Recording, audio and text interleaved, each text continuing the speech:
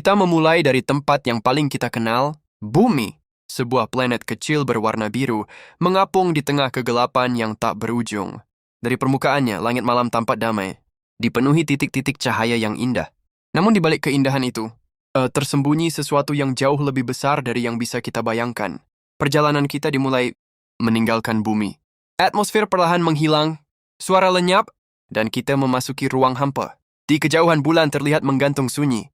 Dunia tanpa udara, tanpa kehidupan, hanya sisa-sisa tabrakan masa lalu yang terukir di permukaannya. Dari sini bumi tampak kecil, rapuh, seperti titik cahaya di lautan gelap. Kita melaju lebih jauh, menuju planet-planet lain. Mars dingin dan berdebu, menyimpan misteri tentang kemungkinan kehidupan di masa lalu. Jupiter, raksasa gas dengan badai yang lebih besar dari bumi itu sendiri. Saturnus, dengan cincin megah yang berputar dalam harmoni kosmik. Namun ini masih rumah kita. Tata surya, kita terus melaju, menembus batas Pluto, menuju wilayah yang jarang tersentuh, awan Oort. Di sini matahari hanyalah bintang terang di kejauhan, cahayanya mulai melemah, dan kita benar-benar meninggalkan rumah. Sekarang, kita memasuki ruang antar bintang. Jarak di sini tak lagi bisa dipahami dengan logika manusia. Cahaya pun membutuhkan waktu bertahun-tahun untuk menempuhnya.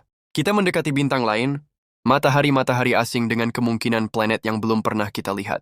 Mungkin di salah satu dari mereka, ada kehidupan lain yang juga memandang langit dan bertanya hal yang sama.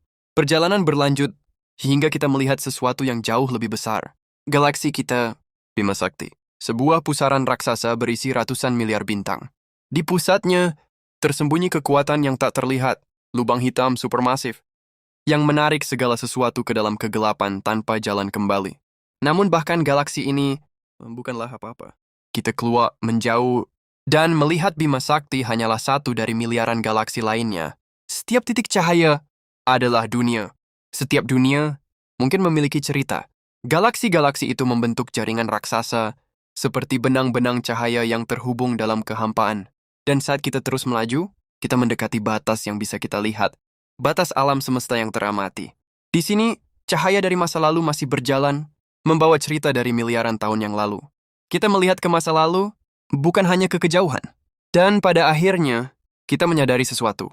Bahwa semua ini, galaksi, bintang, planet, hanyalah sebagian kecil dari sesuatu yang mungkin jauh lebih besar, yang bahkan belum bisa kita pahami. Dan di tengah semua itu, ada kita, makhluk kecil, di planet kecil, yang mampu melihat, berpikir, dan bertanya. Mungkin, itulah arti sebenarnya dari perjalanan ini.